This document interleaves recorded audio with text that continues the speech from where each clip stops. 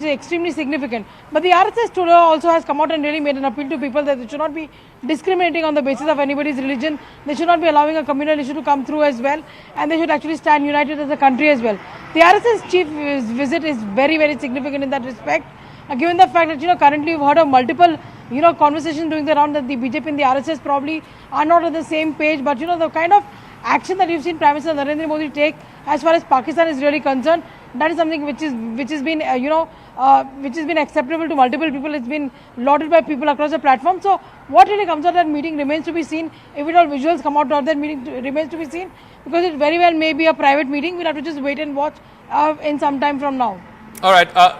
If it was not these circumstances, these are extraordinary circumstances, Aman, where you have, we're standing on the precipice of some kind of definitive military action. One could have speculated about, whether the top two leaders are meeting to get a sort of agreement on who would be the next BJP chief, or they're discussing political matters. But surely the timing of this, and the Prime Minister was in Nagpur, I think, just a few weeks ago. So surely the context of this meeting coming as it does a week after Pahalgam, that can't be wished away either. Oh, absolutely, Zaka. It can't be wished away, and maybe this topic comes over discussion. We don't know, but just a couple of days back, we had Mohan Bhagwat weighing in on the Pahalgam terrorist attack when he had cited the Ramayana and the Mahabharata to say that India needs to set an example here. We need to fight against the evil, and that was a very significant statement by Mohan Bhagwat that when it's a fight between right and wrong, and we have to act. And innocent tourists killed in Pahalgam. This is the worst ever tragedy, worst ever terrorist attack in India, maybe since the Mumbai 26/11 attack. So the Mohan Bhagwat had weighed in on the Pahalgam incident just a couple of days back, saying India's response should be very strong, not just against the perpetrators, but also the backers of this particular terrorist strike. So in that context, I think Mohan Bhagwat going to meet the Prime Minister soon after the meeting with Rajnath Singh and the three service chiefs has ended is very significant. We'll have to wait to see if any information comes out from what Mr. Bhagwat and the Prime Minister have discussed. All right, we'll leave it at that. Thank you very much, Payal, as well as Aman, for joining us. Let's see what comes out of this meeting. But like I said, it is a very, very significant meeting, coming as it does right after the Prime Minister met with the three service chiefs and the Defence Minister and the National Security Advisor. But let's talk about politics, because there's a full-blown political war that's going on between the Congress and the BJP on whether the Prime Minister is in action or he's missing in action after the Pahalgam attack. The Congress, to try and prove its point, released a rather distasteful picture which shows the Prime Minister without a head.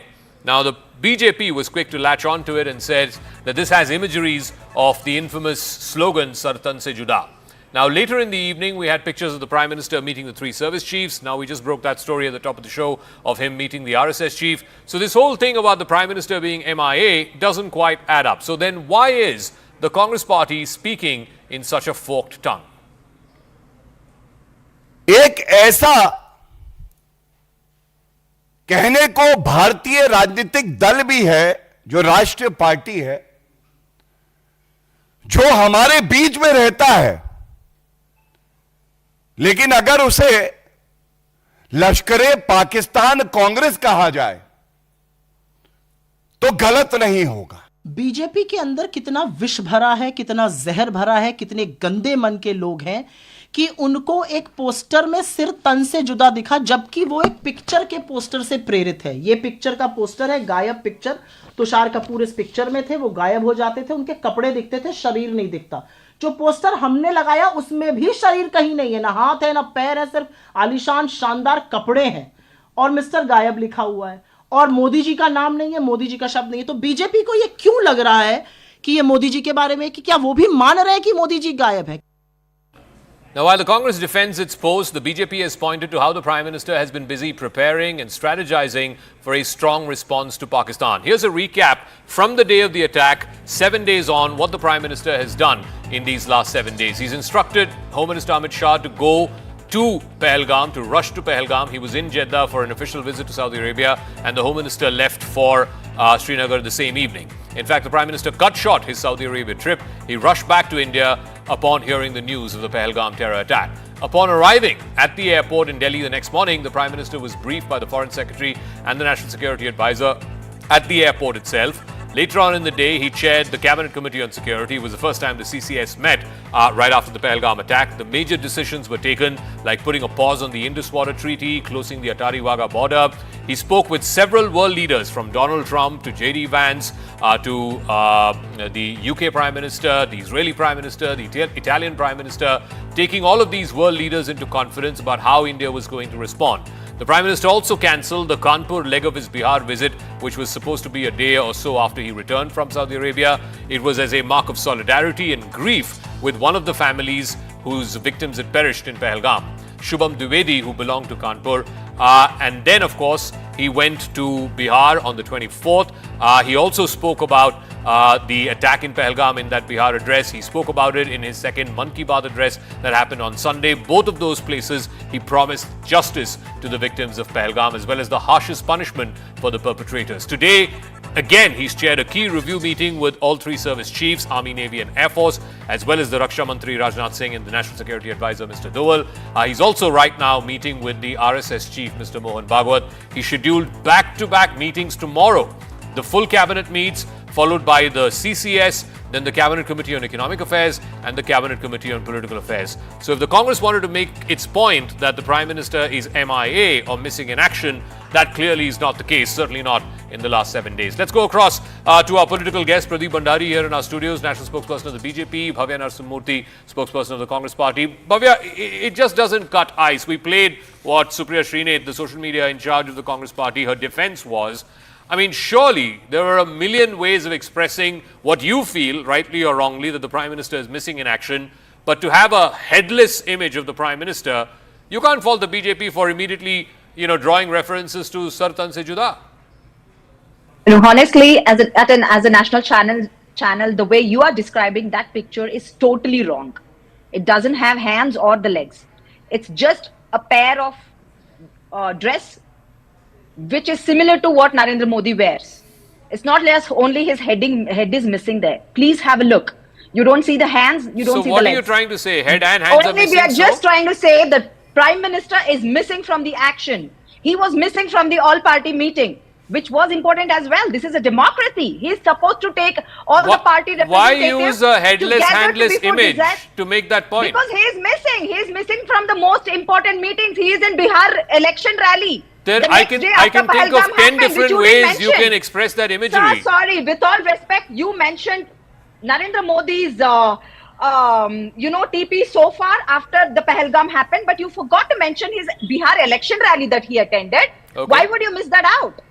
Okay. You should have mentioned that. Pradeep Bhandari, Prime Minister, does not go to the all-party meeting, but has time to go to Bihar for an election rally. He was found happily having good time. Let him respond. Let him respond. He was. I asked him the question that you wanted me to ask. Prime Minister doesn't go to the all-party meeting, but goes to Bihar for an election rally. Pradeep Bhandari, respond. Well, it is factually wrong. First of all, it was not an election rally. And in that public address, which was of the National Panchayati Raj Day, the Prime Minister said, Pakistan ke आतंक के आकाओं को मिट्टी में मिला दिया जाएगा. If Congress Party had an issue with Prime Minister not being there in the all-party meeting, why did Rahul Gandhi, when he gave a statement outside the Parliament after the all-party meeting, did not raise that concern? Bhavya, please, one at a time. Come on. No, not like this. Not like this. You know the rules of the debate. You know the rules of the debate. One at a time. I'll come back. I'll come back to you. I'll come back to you. Pradeep Bhandari. No, let Pradeep Bhandari defend. It's his job to defend. It's his job to defend the government, not mine. Pradeep Bhandari, please. Well, I did not interrupt her. She's interrupting me. I am in the studios. I can raise my voice louder than her. If she has facts on her side, she should not get rattled. Relax. I'll again begin. She is factually wrong. If the Congress Party had an issue with the Prime Minister not being there at the all-party meeting, why did Rahul Gandhi say after the all-party meeting that the complete support of the Congress Party is with the government on any action against terror, and why did he not raise it at that time? The Congress is disingenuous in its response. My issue is larger. This is a former minister of the Pakistan. He is quoting the Congress Party's tweet. The Congress Party still has not rebutted against the former minister of Pakistan. The Congress party's official troll army is being quoted by the Pakistani minister, who is now banned. The troll is banned in the country. Now another charge here is, just 3 days back, the ISI agent in the Pakistani High Commission in London exactly mentioned Sar Tan Se Juda. The panelist of the Congress party is self-contradicting, because Supriya Sheenet said, how did the Bharatiya Janata Party know its Prime Minister? She here is admitting on your show that it is the referencing towards the Prime Minister. So Pakistan and Congress are two sides of the same coin. Has the Congress party suspended any leader who has spoken about Pakistan? Has it suspended Vijay Bhatikar, who said terrorists did not have time for religion? Has it suspended Sitaramaiya? Has it suspended Dinesh Gundurao? Congress today is nothing but the terror front of the Congress of Pakistan. No, but 1 second. Bhavya, the point is, your senior leaders, Mr. Rahul Gandhi, leader of the opposition in the Lok Sabha, Mr. Kharge, your party president, leader of the opposition in the Rajya Sabha, come out and say all the right things, which is that, this is a time of national tragedy, that whatever decision the government takes, whatever response the government chooses, we're with the government. This is what your leaders say. And then you have Mr. Siddaramaiah, Mr. Timmapur, Mr. Santosh Lad, all of these people coming out and speaking the exact same language as Pakistan. Now, either the leadership does not have control over these people. No, one second. Either the leadership does not have control over these people. Or no, 1 second. What did Mr. Timmatpur? 1 second. Did Mr. Timmatpur not say? Did Mr. Timmatpur, minister in the state government where you come from, Bhavya, did he not say terrorists did not have time to ask people's religion? Did Mr. Santosh Lad not say, why are you stopping water to Pakistan? By dividing this country based on religion. A victim, Ma'am, once of a victim who died in this Mr. terrorist attack. Did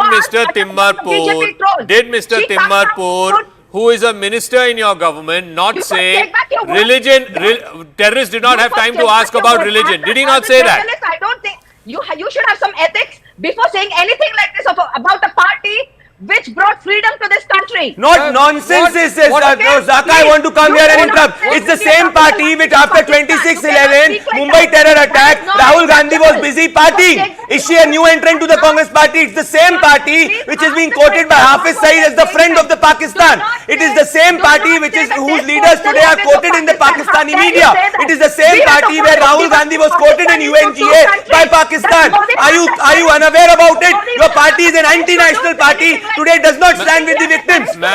Ma'am, 1 second. Let's have a civilized. Get over the hangover. Miss Bhavya, please. No, 1 second. I am not making up. 1 second, ma'am. I am not making up the statements of what Mr. Lard said, or what Mr. Timmatpur said, or what even the Chief Minister said. The Chief Minister then later on scaled back on his comments. I have not invented this. This is out there for people to see. These are comments made by your leaders. Now, fair enough. 1 second. Give me 30 seconds. Let me ask my question. 1 second, ma'am. Let me ask my question. Now, either you are saying, okay, the Congress party has no control over what these people have said. They said what they said. You've issued a gag order.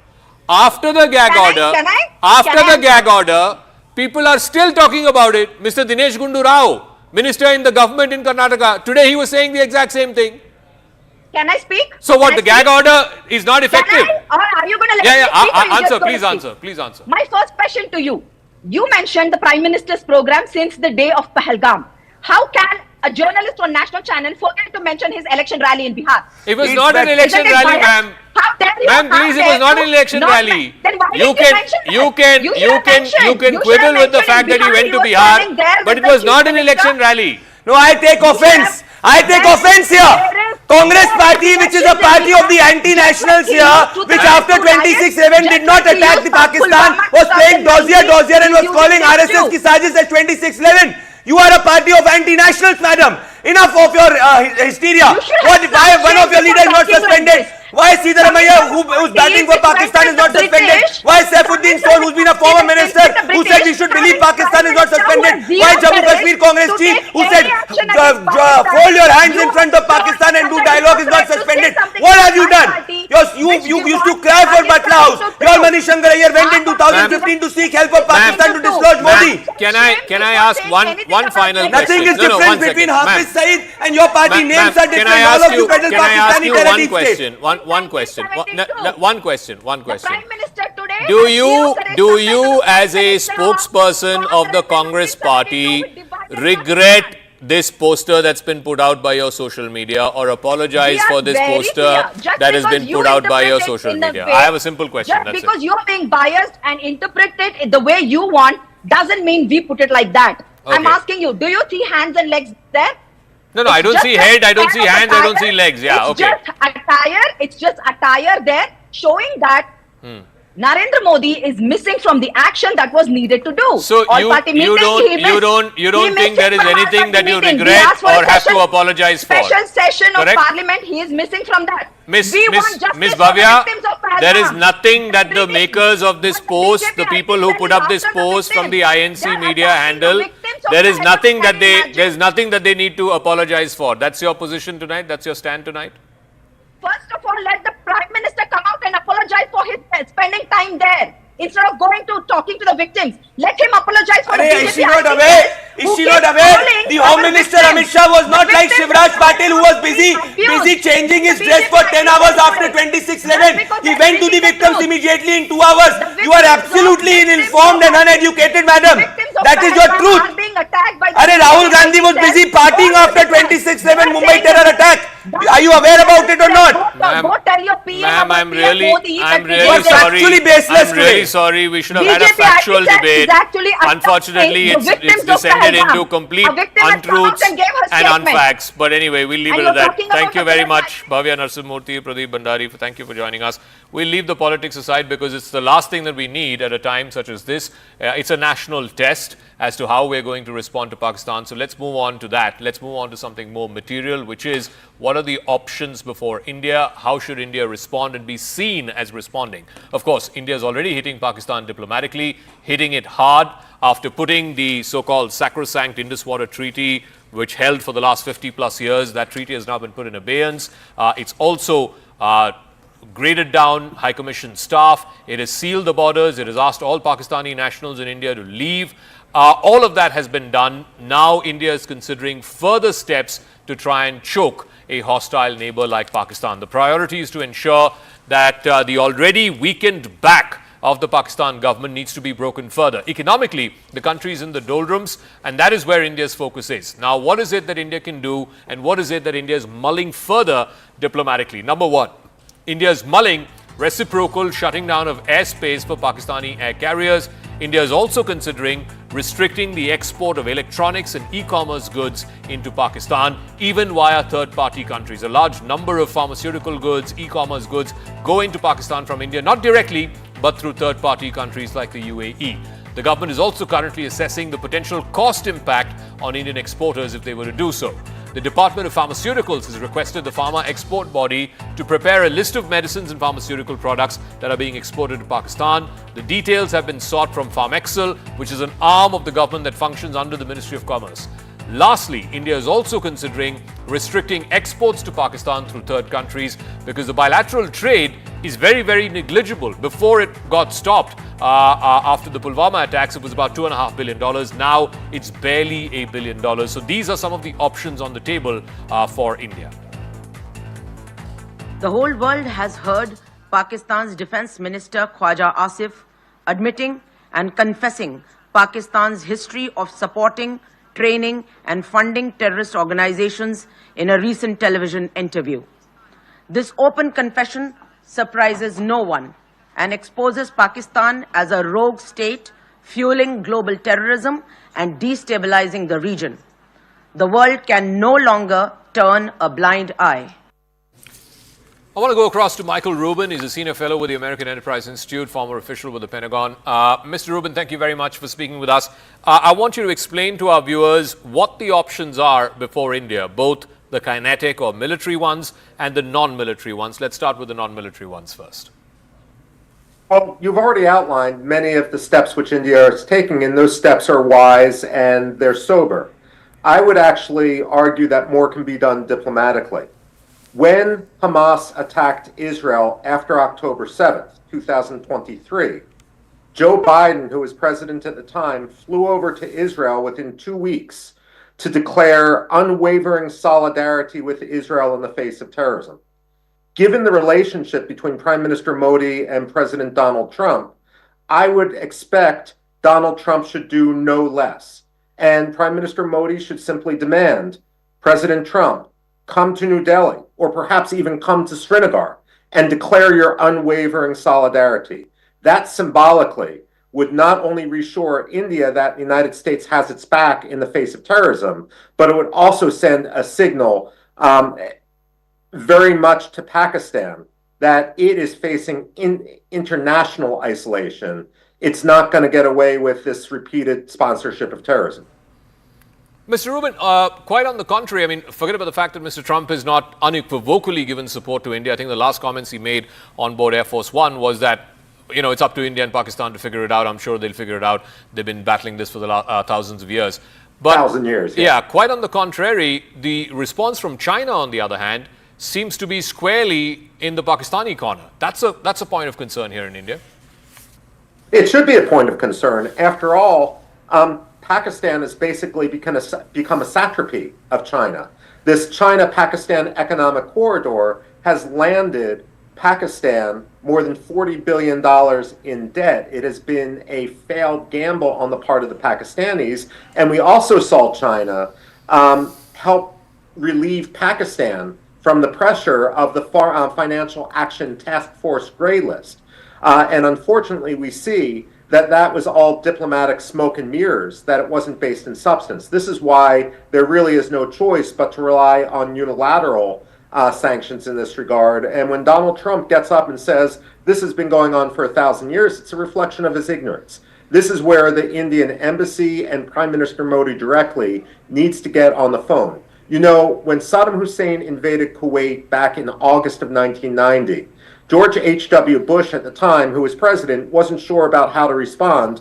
Prime Minister Margaret Thatcher of Great Britain famously said, "Don't go wobbly on me now, George." It's time for Prime Minister Modi to call up Donald Trump and say, "Don't go wobbly on me now, Don."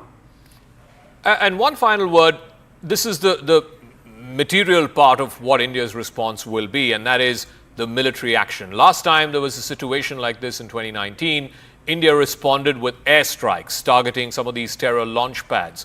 Now the feeling here in India is it needs to be escalated one notch higher. What may that mean, and what may be the fallout of it internationally? Will the world support India if such an action were to be taken? I do believe the world would support India. Look, there's no doubt that what occurred was terrorism. When you're asking the victims to identify their religion, that's an indication that this is terrorism, that this is not normal asymmetric warfare, nor is it allowed nor excused in any way under international law. The fact of the matter is, the world is going to stand with India, with the exception of China, for example. But the longer India waits, the more that solidarity could start to dissolve or erode. All right, Mr. Michael Rubin, we'll leave it at that. Thank you very much for joining us and putting that into perspective for our viewers. Thank you. All right, so, while India is preparing for a firm and decisive response to Pakistan, world leaders have condemned the attack and offered their full support to India. But who is Pakistan banking on? Islamabad has its fair weather allies, particularly when it comes to its military capabilities. There is China, and closely followed by Turkey. The arrival of a Turkish C-130E military transport aircraft in Pakistan a few days ago had triggered speculation about an urgent arms delivery, but Istanbul has flatly denied that claim, saying that no such military aircraft landed in Islamabad. But both these countries, Turkey and China, have been arming Pakistan and its forces substantially. In fact, China happens to be the single largest supplier of any military tech to Pakistan today. Today, more than 60% of all of Pakistan Army's weapons are of Chinese origin or China-made. Almost every branch of the Pakistan military, air, sea, land, all of them have Chinese origin or Chinese-supported weapons. Missile technology, air defense systems, tanks, fighter jets, you name it. Almost all areas, the Chinese influence is the strongest when it comes to Pakistani weapons. Here's a list of major Chinese weapons that are currently in the Pakistani Army's arsenal. The biggest, of course, the fighter jets. So the JF-17, which is the 4.5 generation fighter jet, the multi-role combat jet, that is one thing that the Pakistanis have. They also have the 4th generation jet, the J-10C. these two top the list. There are now unmanned aerial vehicles like the Winglong 2, the drones, which are capable of remotely controlled or autonomous flight. It's used for both reconnaissance as well as for precision strikes. Then you have the ships and submarines, the Yuan-class Type 39B Hangor submarines. It's a diesel-electric attack submarine. It's an export variant of China's Yuan-class submarine. There's also the frigates, which the Chinese have supplied to the Pakistanis. They're equipped with independent propulsion technology, the Zulfikar class frigates, as they've been called in Pakistan. They're essentially the F-22s that the Chinese export. Also, there happens to be the missiles as well as the air defense systems. Remember, just like India has the S-400 air defense systems, the Chinese have exported their HQ-9, which is a long-range, semi-active, radar-honing surface-to-air missile, which has been developed by China in service of the Pakistan Army. A modern artillery system that leverages technological advancements to ensure compatibility on a wide range of munitions. And then there is, of course, the guns and the artillery, the most important of which is the SH-15 self-propelled howitzers. There's also the multiple rocket launch systems, the A-100s, again designed and developed by the China Academy of Launch Vehicle Technology, meant for export to the Pakistan Army. But it's not just China. It's also Turkey. Turkey's also been extending military equipment, or plans have been signed and execution plans are underway. The T-129 attack helicopters. This was signed in July of 2019. Pakistan basically signed for 30 T-129 attack helicopters. It's valued about $1.5 billion. The United States, though, has put in some technical delivery impediments, as a result of these export restrictions, the attack helicopters have not been delivered to Pakistan yet. And now, given what we've seen in Ukraine, given what we're seeing in Gaza, it's all about drones. The Bayraktar TB2 armed drones, which were used in Ukraine as well. These are Turkish-made Bayraktar drones. Pakistan has ordered 3 of them, the TB2 unmanned aerial vehicles. Again, the supply is expected to be reached in the next few months. And then you have the UAVs, which are the Anka Male UAVs, again Turkey made by the Turkish Aerospace Industries and Pakistan's National Engineering and Science Commission, signed an agreement for the joint production of the Anka S, the medium altitude, long endurance Male UAVs as they are known. And then there are the corvettes, which are again for the Pakistan Navy, the Babar class. In 2018, Pakistan contracted Turkey for the construction of these Babar class corvettes for the Pakistan Navy. 2 ships are being built in Turkey and 2 in Pakistan, and the deliveries are expected in 2024 and 2025 respectively. Prime Minister Mark Carney led the Liberal Party and they have won the Canada's election, and with that his party has marked a rarity in Canadian politics, a 4th consecutive term for one single party. 60-year-old Mark Carney, who's never held elected office before until last month, he replaced Justin Trudeau in an aim to revive his party's chances in this election. He anchored his campaign on an anti-Trump message, and that seems to have resonated with the voters of Canada, with now the Liberal Party winning a 4th straight majority. Canadian Prime Minister Mark Carney declared victory in Monday night's federal elections and promised to take a tough line with Washington. Who's ready to stand up for Canada with me? However, Carney's party failed to form a majority government. Preliminary results showed his Liberals were elected or leading in at least 164 electoral districts. That's just short of the 172 they needed to form a majority.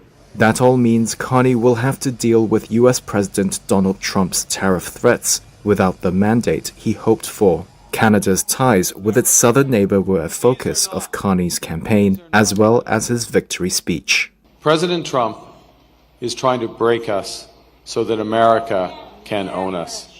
That will never ever happen. When I sit down with President Trump, it will be to discuss the future economic and security relationship between 2 sovereign nations.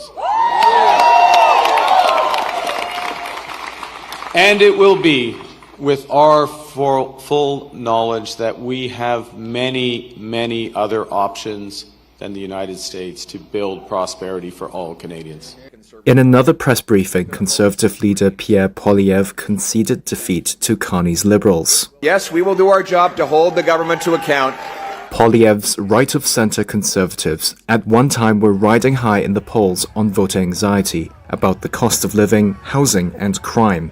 In January, the Liberals trailed them by 20 percentage points. Then came the resignation of unpopular former Prime Minister Justin Trudeau, as well as the defining issue, threats of tariffs and annexation from Trump.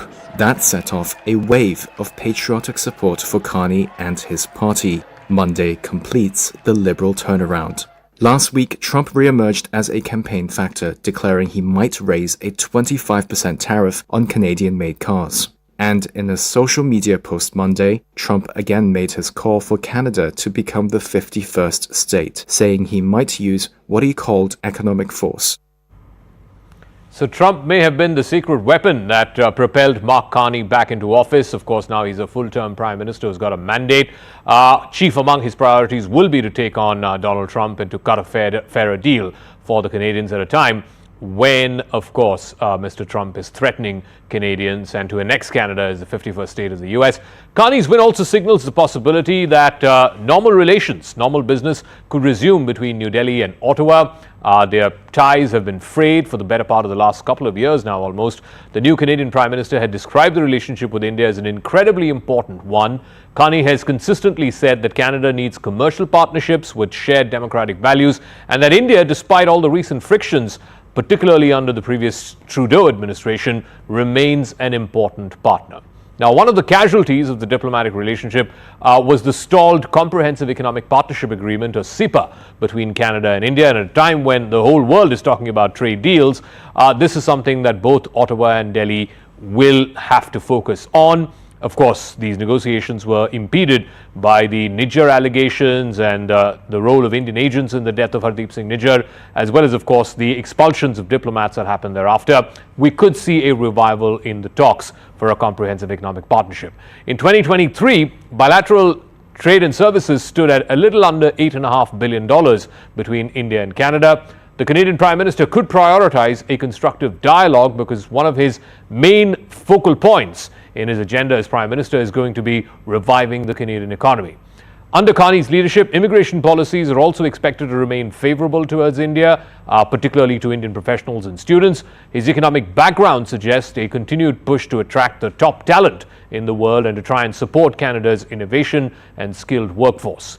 The Khalistan issue, which has been the nub of the entire diplomatic tussle between the two countries when Justin Trudeau had accused India of orchestrating the killing of Hardeep Singh Nijjar, Mark Carney has taken a more measured tone, certainly in the campaign he has, and the fact that he doesn't depend on the Jagmeet Singh-led NDP anymore for political survival might indicate that he might take a slightly more nuanced approach when it comes to the Khalistan issue, thereby ensuring that he doesn't raise any hackles here in New Delhi. Let me go across to our Sanjay Suri, who's joining us live from Ottawa. So the point of interest, Sanjay, really here in India is, will we now have a normal or near normal relationship with Canada? I mean, let's start with the fact that we don't have high commissioners in each other's embassies in Delhi or in Ottawa. Is there anything that Mr. Carney has said in the campaign that we can draw from as to what he envisages the India-Canada relationship to look like? Well, he has not spelled that out, Zaka, but what we certainly have now, without doubt, is a will to re-establish good relations with India. That is politically necessary, but now economically it's become almost mandatory for Canada.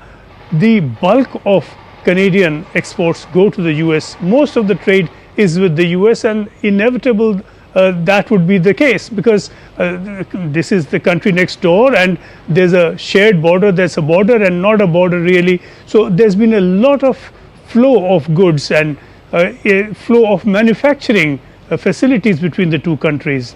That is now going to be threatened. It's certainly likely to change. It's most certain to be reduced, and Canada is looking for new trade partners. It's looking even now to build relations with China. And about China, certainly Carney has expressed strong reservations, and these are very clear political obstacles in the way. But India, we have none of that. what happened was something of a spat. It's not something that's institutional between Canada and India. Certainly, Carney will want to re-establish good relations with India and build trade as the basis for good relations now to come up with India. That's going to be the bedrock of it, and then on the rest can follow, the political relations and students and everything else. Very quickly, Sanjay, on this whole Khalistan business, what's the lay of the land here? Clearly, Justin Trudeau, really sort of blew out that issue and overhyped that issue. But with Mr. Carney, because he doesn't need the support of someone like a Jagmeet Singh or his party, do you think he might be a little more measured when it comes to that issue? Because that really is a red flag for India. Well, it's almost certain, Azaka, that he will take a more measured approach. He will take an approach that is less inclined to sort of fan this kind of movement. If movement you can call it that, it's really a handful of people. We have to keep reminding ourselves, what it takes at the end of the day is for two jokers to go and spray graffiti on a wall, and then everybody starts jumping. So 20 of these guys is enough to create no end of havoc in the media particularly. So this is something that usually gets overstated. The majority of Sikhs in this country are not Khalistani inclined. They have very good relations with everybody else, and that of course includes Hindus primarily. These relations are very, very closely enmeshed in family, in social ties and cultural ties, and they stay.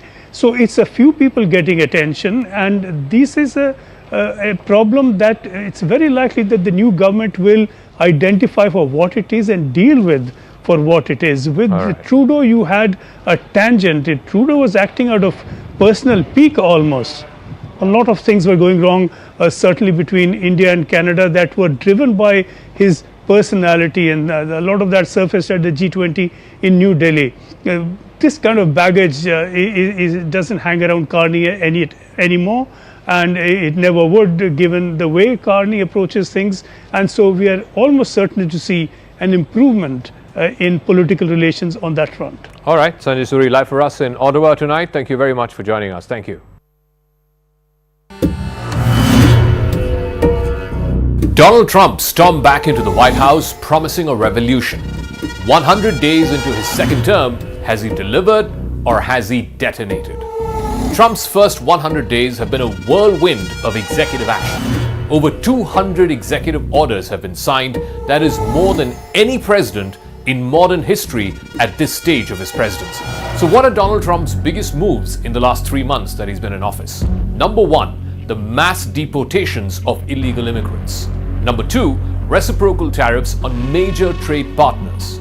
Then there's been federal spending cuts which are much sharper than ever before, led by Elon Musk's DOGE, or the Department of Government Efficiency. There has been massive foreign policy resets with all of America's major partners as well as adversaries, whether it is Russia, China, or even with Europe. On immigration, Trump delivered one of his signature promises, Operation Homeland Sweep. In just 100 days, ICE, which is the nodal agency which looks after who gets to enter and exit the United States, claims that it has deported close to 100,000 undocumented immigrants. Most of these immigrants have been sent back to countries like Venezuela, Colombia, El Salvador, and other Central American countries. Some people, like an El Salvadorian man named Kilmar Abrego Garcia, was separated from his American wife even though he had explicit orders from a court of law which had barred him from being deported. The Trump administration still went ahead. Critics call Trump's immigration moves outrageous and cruel. Trump calls it necessary and a promise that he made to his MAGA voter base. This is the man that the Democrats are wanting us to fly back from El Salvador to be a happily ensconced member of the USA family.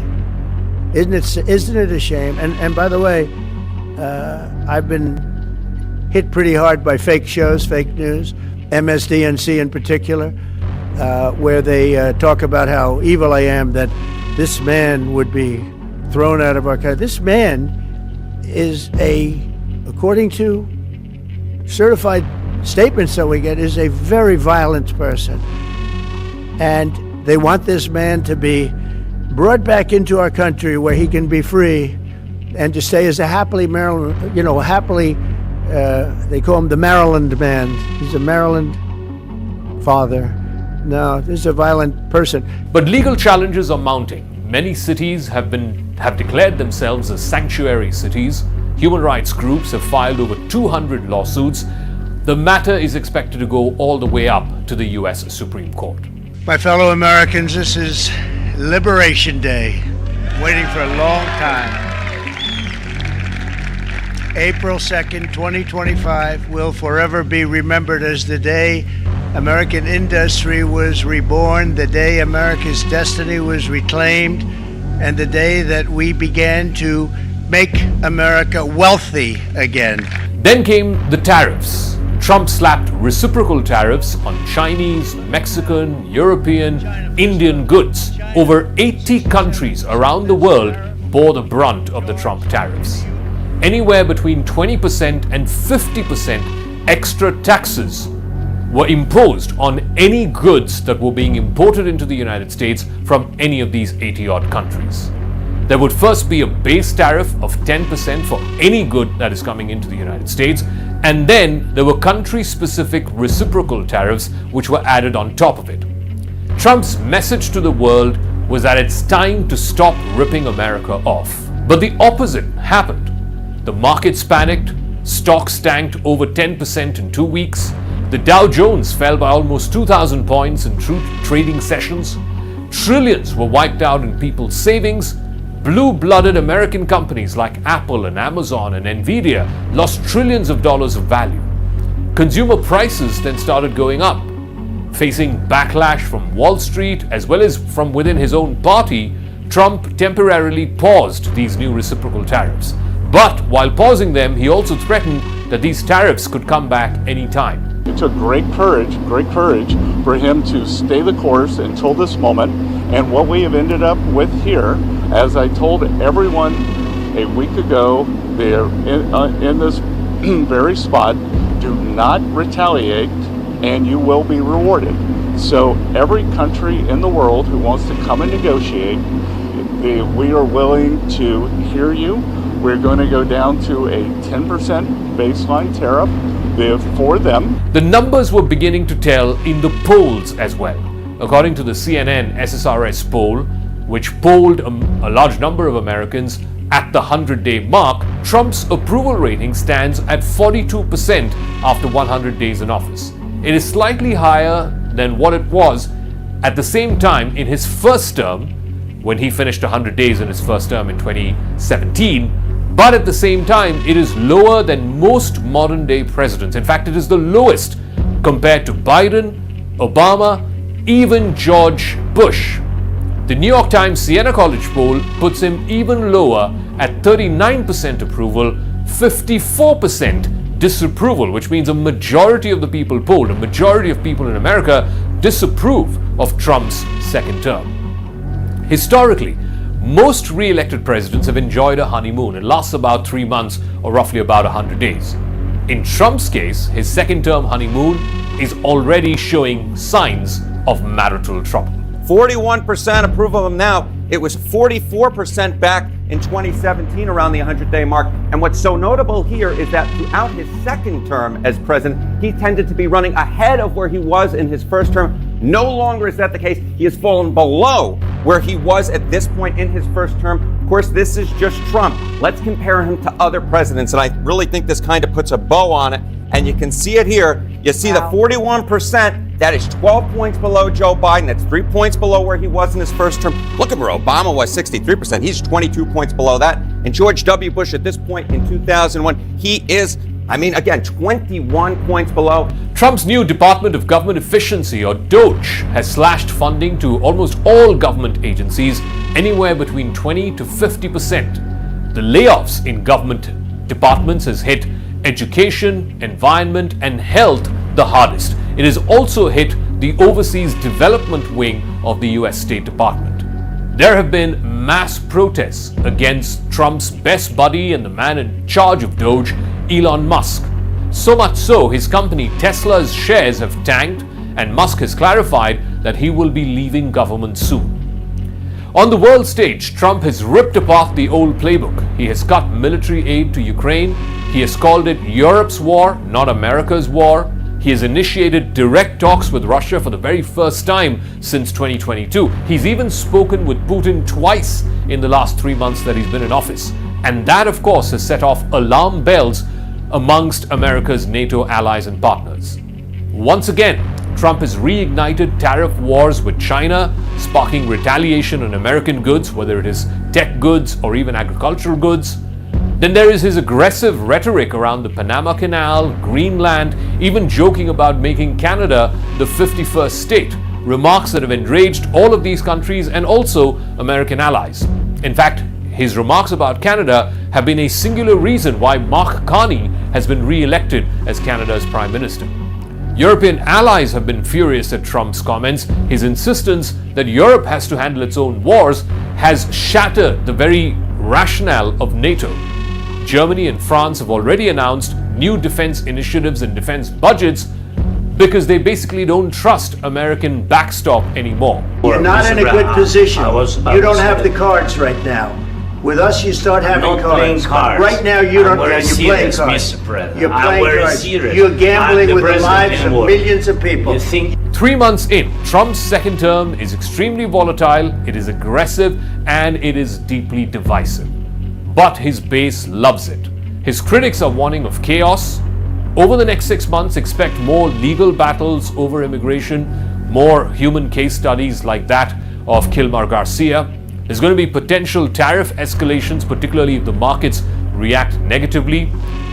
China and America are caught in a trade war, with each imposing 100%, 200% tariffs on each other's goods. That's not going to change anytime soon. There will also be foreign policy shocks, particularly when it comes to Europe and Russia and the ongoing war in Ukraine. And domestically, expect a bitter congressional battle over these Doge cuts and federal budgets.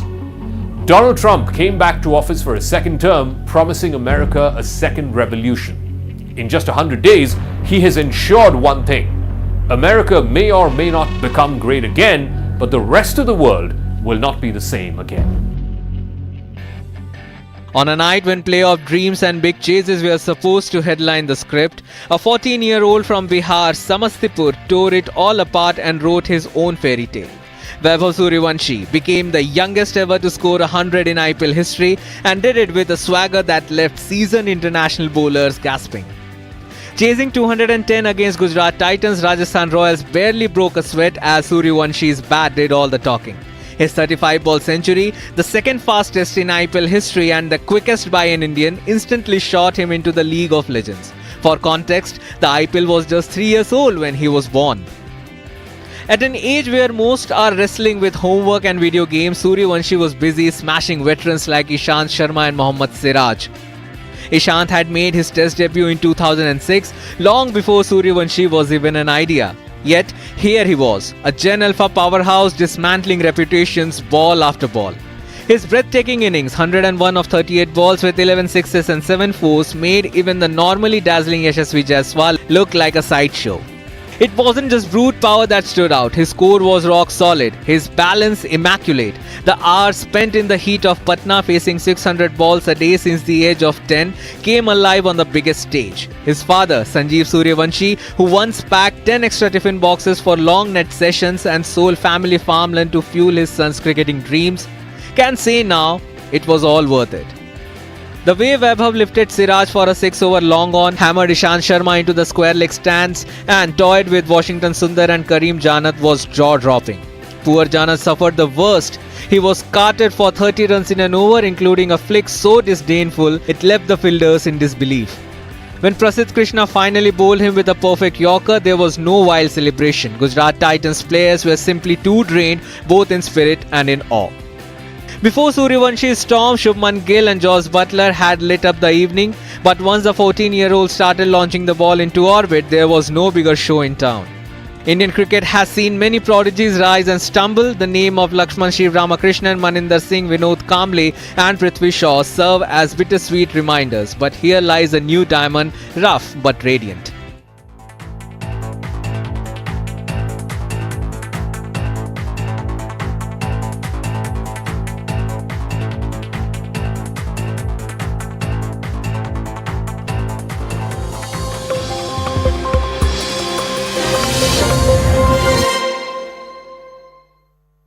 MDH का kitchen place at 7 Lok Kalyan Marg, which is the Prime Minister's residence. Raksha Mantri Rajnath Singh, NSA Ajit Doval and External Affairs Minister S. Shankar are all at that key meeting that is currently underway. We are trying to get you more details, but the Prime Minister's residence is where hectic parleys are currently on, is what we're learning. Akash joins us to get us more details. Yes, Akash.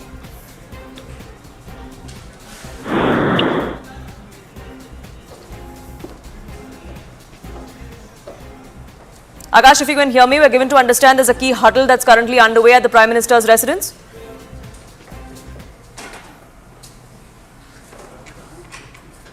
We'll try and reconnect that line with my colleague Akash and get you more details of this meeting. But what we're gathering right now is that Defence Minister Rajnath Singh is currently at the Prime Minister's residence at 7 Lok Kalyan Marg. External Affairs Minister S. Shankar and National Security Advisor Ajit Doval are all present in that particular meeting. The Chief of Defence Staff as well is in attendance for this particular meeting, is what we're learning.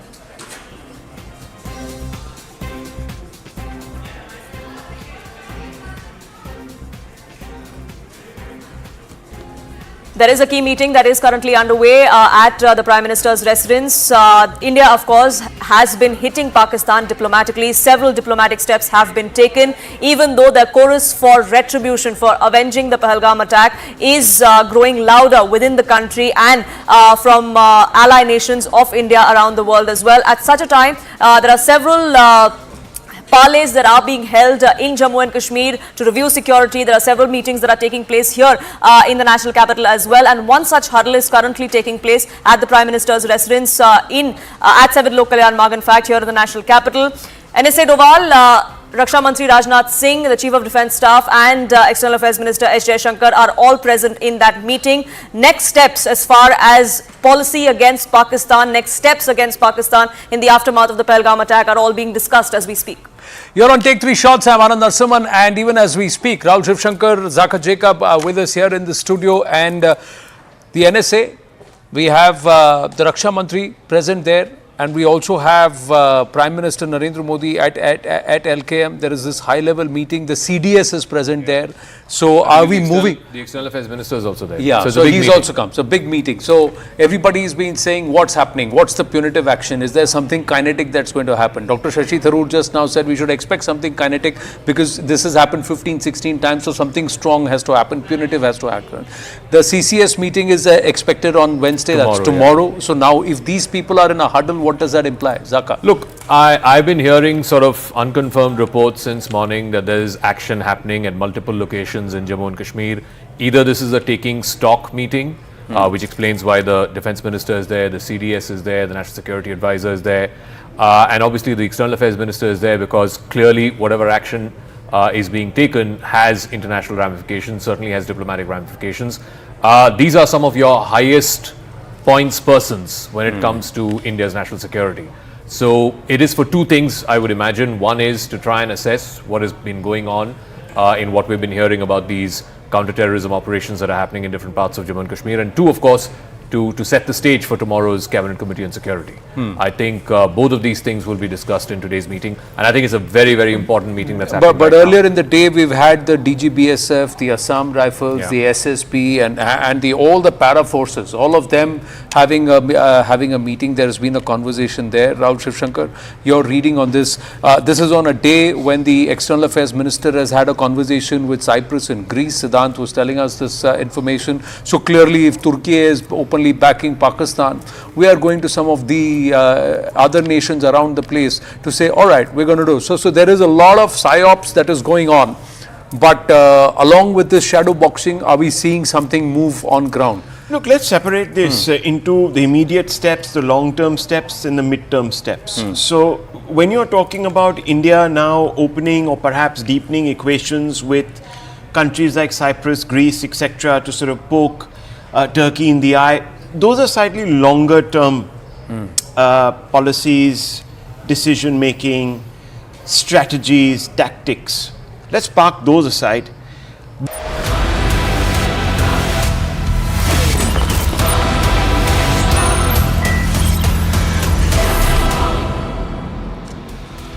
Viewers, what a day. What a day it has been. And I'm going to show you some pictures in just 30 seconds.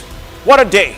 The Prime Minister here in India putting on notice today, viewers, the #1 terror tanzeem in Pakistan, the #1 terror organization in Pakistan, and that is the Pakistani army. The Pakistani army led by that coward tin pot general, Munir, who is nowhere to be seen, viewers, will have sleepless nights tonight because these pictures don't tell you the story. These pictures have been narrowed down and cut down into single frames. But the Prime Minister was sitting at the head of a very critical meeting today. And let's show you that video. Let's put that video out.